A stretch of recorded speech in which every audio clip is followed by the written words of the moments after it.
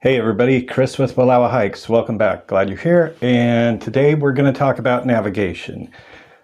Now that sounds a little technical, but it doesn't have to be. Really what we're talking about is getting where you're going and not getting lost. And that can be fairly simple. And if you get a little more advanced, it might take some skills. So what are we talking about with navigation?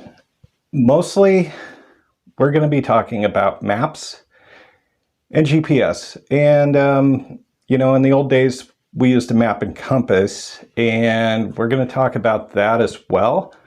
It definitely is a lost art, but it's a good skill to have.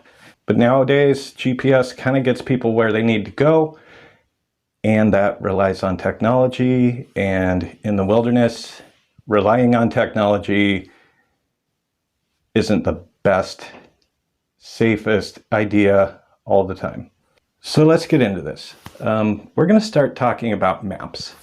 Now, a map doesn't have to be something very technical. It doesn't have to make your eyes go cross and confuse you.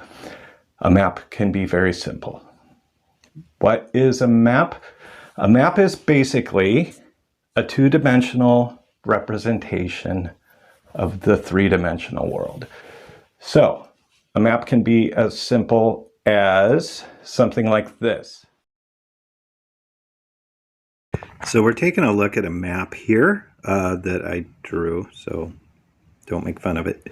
And this is a representation of somewhere you might want to go. So down here in the bottom left, there's the trailhead. That's where we're going to start. And we're going to go to that camp that's up there north of the lake.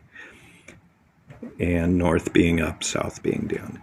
So the little dotted lines, that's going to be your trail. And as you can see, this trail splits off here and there. So if we're following this map, we're going to know that we want to go up to the left of the forest, and the trail is going to split, and we want to take that left side because if we go right, that's going to take us away from our camp to the mountains. So that's a point where we're going to look at our map, and we're going to see, yes, we want to stay to the left, and we should see a lake off to the side there to our left, and as we go on, we're going to see mountains off to the right. And as we go on, we're going to see that it splits again, and we can go left or right. Now, if we go right here, it should take us up past the meadow, but we want to go left right to our camp by the lake. So if we keep going and we see that there's a meadow beside us, we know we've gone the wrong way. So this is a very basic map, and this is why they're helpful. Just every time you come to a split in the trail, you can check, see which way you need to go. But you're not going to need to rely on that for the most part, because you're going to find that whenever you come to a split in the trail, there's almost always going to be a trail sign. It's going to show you what's off to the right and what's off to the left. So you can follow those, but having a map is a great way to check to see that you are going the way you're supposed to go and that you're where you're supposed to be. So as you can see, maps can be pretty simple. The idea of a map is just basically to keep you on track, to give you a little peace of mind that you're where you're supposed to be, that you're going in the right direction. So having a map is a great idea.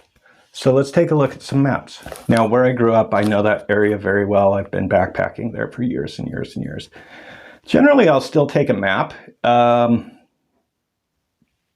just because they're kind of nice to have, a little bit of peace of mind. And you can put it down in front of you and look where you're going, look where you've been. It feels nice. Every time I plan a trip to somewhere I haven't been before, I research that area and I buy a map for that area.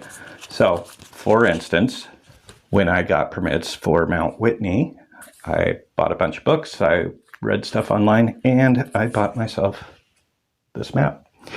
Now,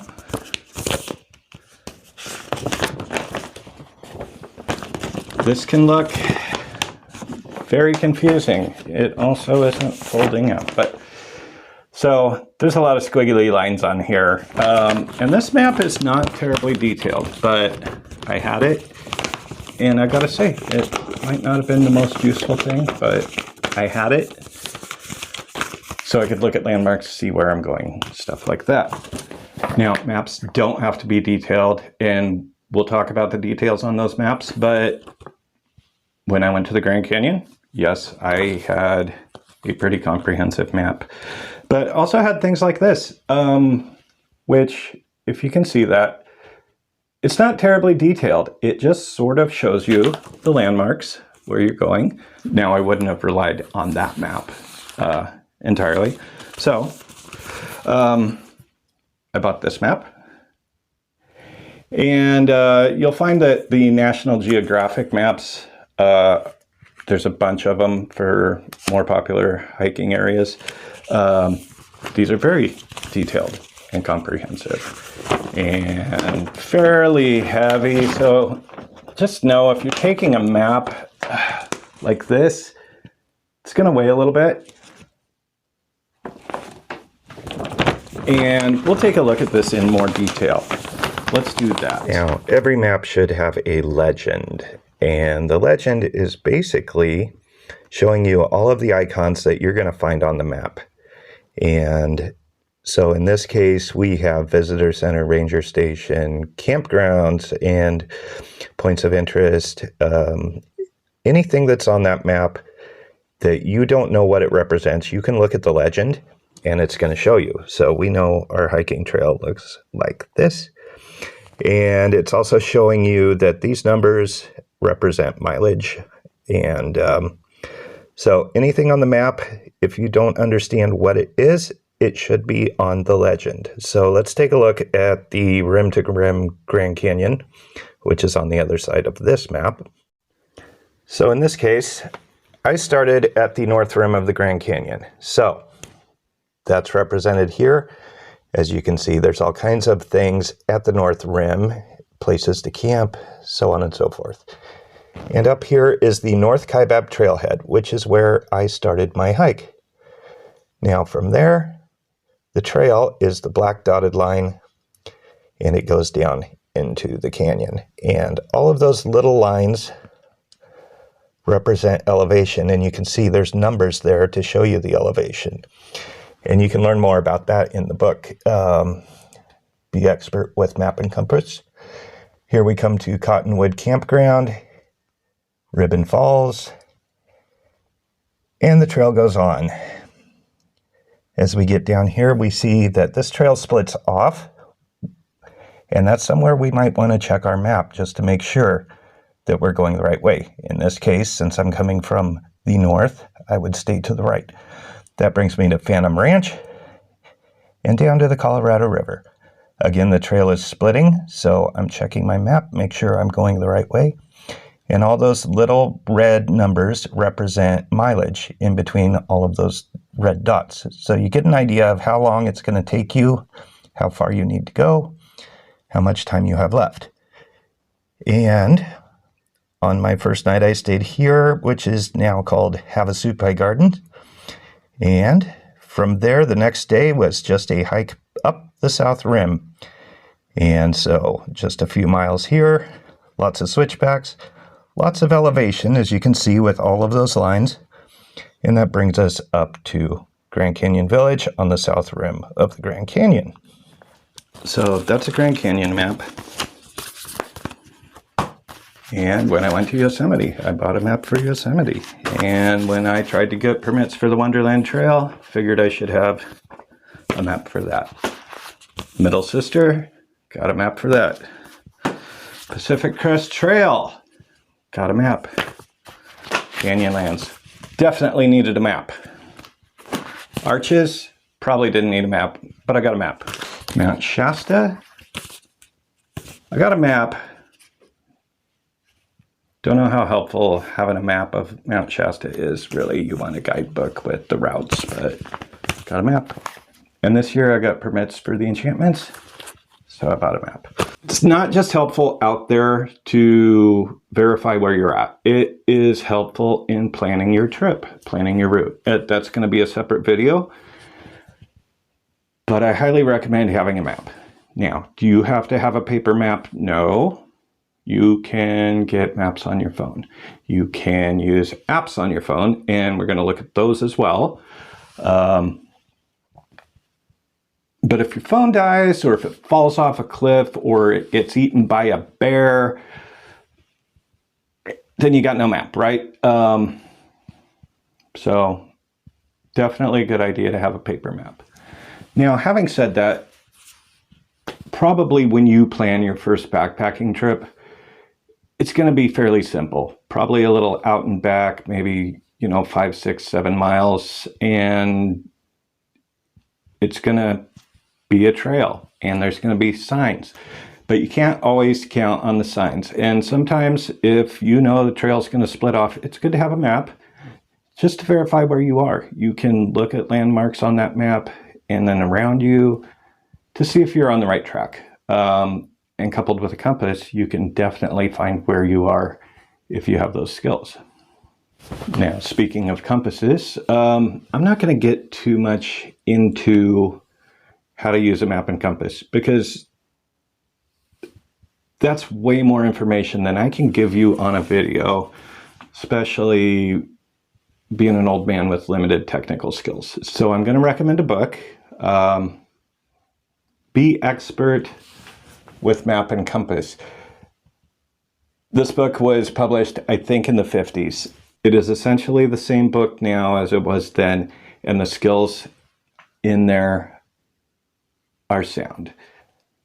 Compasses are old school, and how to use them is old school. So if you want to use a compass, and you should learn that skill, it's a great skill to have. Read that book.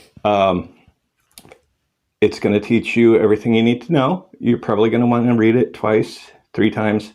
It is filled with information. It will give you peace of mind. And it's got all kinds of exercises and things to do to test the skills you're learning. And that starts out in your own house. You don't even have to go outdoors to get skills out of this book and actually put them into action. It's actually really cool. But essentially, the things you can do with a map and compass are to, 1, find out where you are. 2, see where you are going. And 3, plan that route to get to where you're going. Definitely, there's a lot to learn, but it's fun, and I highly recommend it. So moving on, what most people use nowadays is GPS, and that's something you'll probably want to use. There's plenty of good apps out there. 2 major ones are Onyx and Gaia. And I looked into both of those when I decided to get an app for navigation. And I went with Gaia. Both are similar. Both look really good. Using Gaia, you can download maps. You can plan routes and use that app while you're out there. And there's going to be an arrow that shows you where you are when you pull that up. And so you're going to know if you're on the trail. You're going to know where you are on that trail. So we're going to take a look at what that looks like.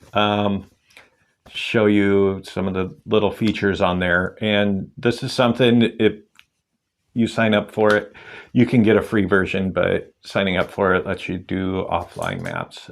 So we're going to take a look at that just to give you an idea, but you're going to want to go check out the website, check out the features. And if you download that, it's really great for having another way of seeing where you are out there. So let's take a look at that. Okay, so this is the Gaia app, and we're focused on today just kind of the idea that this is a map, like we were talking about before. And using this app, you can zoom in, you can look at all kinds of features. You see all the squiggly lines there.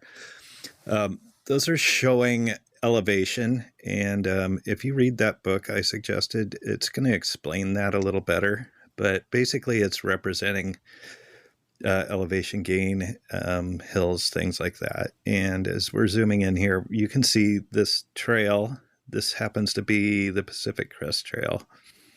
You can just move along here and take a look. And I think we're going to think about camping there. And that's South Matthew Lake. And if you zoom out, you can kind of see all the features around here, the lakes, trails, little roads out in the wilderness. Green typically is going to mean like it's forested, and brown is generally like mountains. But here we are at Matthew Lake, and this is where we're going to want to camp. And you can see the dotted lines are trails there. There's a little tent there. And clicking there, that actually is a feature where you can make your own trail, download it, and then that's going to highlight for you, and you're going to know what trail you need to be on. And you can mark locations on here, like so. And this makes little waypoints, and you can save that to your map as well. So pretty great feature.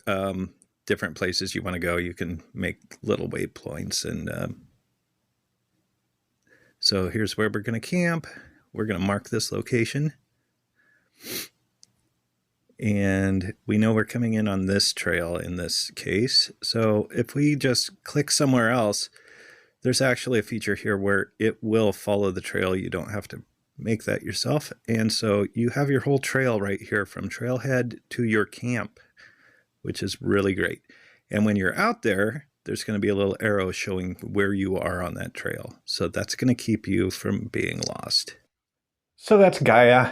There's other apps out there, but if you want something like that, definitely just go to the App Store and get what you need. And it definitely will give you peace of mind. If I had had something like that when I was in Yosemite, might not have been quite so nervous, but it was an adventure. So I don't regret not having Gaia at the time.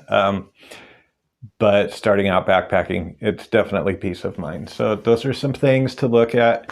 And again, read the book if you want to learn how to use a map and compass, because I'm not going to be able to teach you all that on here. But it's a great skill to have.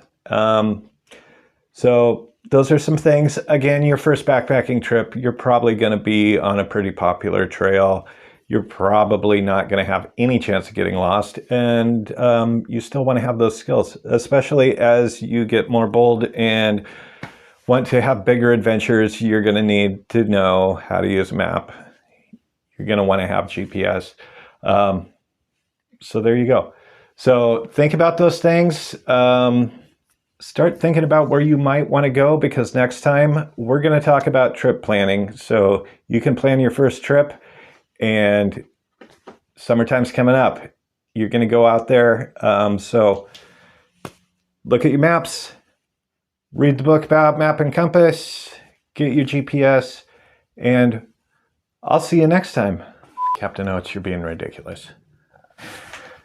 But nowadays, GPS kind of gets everywhere. Right. So, where the fuck was I? My cat's being stupid. Good God.